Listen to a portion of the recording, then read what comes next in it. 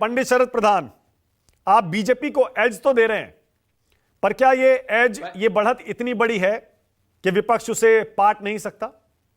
शरद जी, ये नए भारत में हो सकता है कि मानक गुप्ता शरद प्रधान को पंडित डिक्लेयर कर दें। इससे बहुत लोग नाराज भी हो सकते हैं। और ना मैं पंडित प्रोफेशन से हूं ना साथ से हूं, और भविष्यवाणी में करता नहीं। मेरा अपना असेसमेंट है जो कि एक पत्रकार का होना चाहिए, अपने जानकारी के बेसिस पे और अपनी जर्नलिस्टिक दिमाग के बेसिस पे।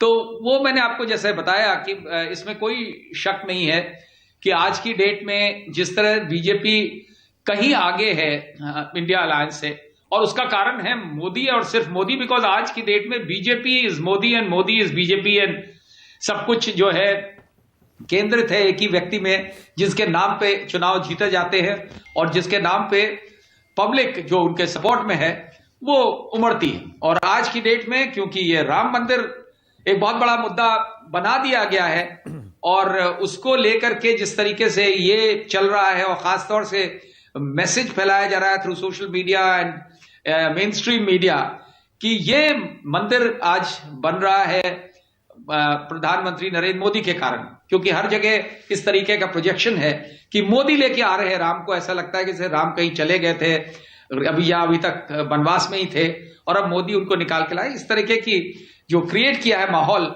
इसमें निश्चित रूप से बीजेपी का बहुत फायदा है। और ये जो ब्रांडिंग कर दी गई है कि जो उस मंदिर का के दर्शन करने उस तारीख को नहीं जाएगा जब मोदी जी उसका उद्घाटन करेंगे, तो वो एंटी हिंदू है और या एंटी राम है। तो ये सब चीजें ये आज के माहौल में खूब बिक भी रहा है। यही चीज कि भाई एक ये दिखा दिया जाए कि सब जो है, जिससे कि और विपक्ष को सबसे पहले इसी उद्देश्य से विपक्ष के प्रोमिनेंट पार्टी कांग्रेस को लेके कांग्रेस के 2 लीडर्स को इनवाइट दिया गया और उन्होंने मना कर दिया, तो एक और मौका मिल गया, उससे और मजबूत हो गया बीजेपी का दावा कि ये एंटी हिंदू हैं।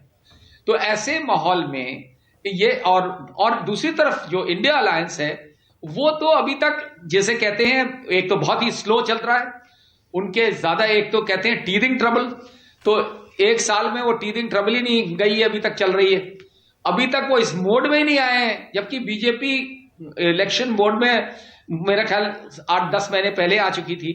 और जिस तरह उनका पूरा जो कंटिंजेंट चलता है जिसमें आरएसएस और एलाइज हैं जो लगे हुए हैं जमीनी स्तर पे, गांव-गांव में जिस तरह राम के नाम पे वोट का कंसोलिडेशन करने के लिए जुटे हुए हैं, इसमें कोई शक नहीं है कि वो कहीं आगे हैं इस वक्त इंडिया अलायंस से इस रेस में।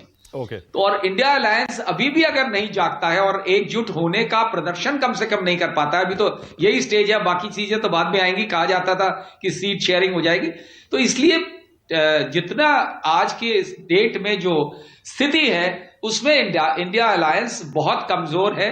और राम मंदिर को लेकर के मुझे लगता है फिलहाल और कमजोर। अब ये नेक्स्ट 2-3 मंथ्स में क्या होता है, किस तरह बदल पाते हैं, क्या राहुल गांधी की ये डिलेड यात्रा जो निकल रही है, जो बहुत पहले शायद निकल जानी चाहिए थी, उससे कोई फर्क पड़ेगा, ये बड़ा कहना इस आज की डेट में बड़ा मुश्किल है। लेकिन और ये माहौल राम मंदिर का टेम्पो, क्योंकि बीजेपी ऐसा साफ दिखता है कि बनाए रखेगी इलेक्शंस तक, जिस तरीके से मंदिर का भी जब अभी तो मंदिर बहुत दूर है कंप्लीशन से, वो तो अभी जो मैं कल ही होके आया हूं अयोध्या, लगता है साल भर लगेगा उसको कंप्लीट होने में। लेकिन जिस तरह उद्घाटन तमाम कंट्रोवर्सीज हुई, ये सब लेकर के फिर भी घूम फिर करके बीजेपी इज फार अहेड।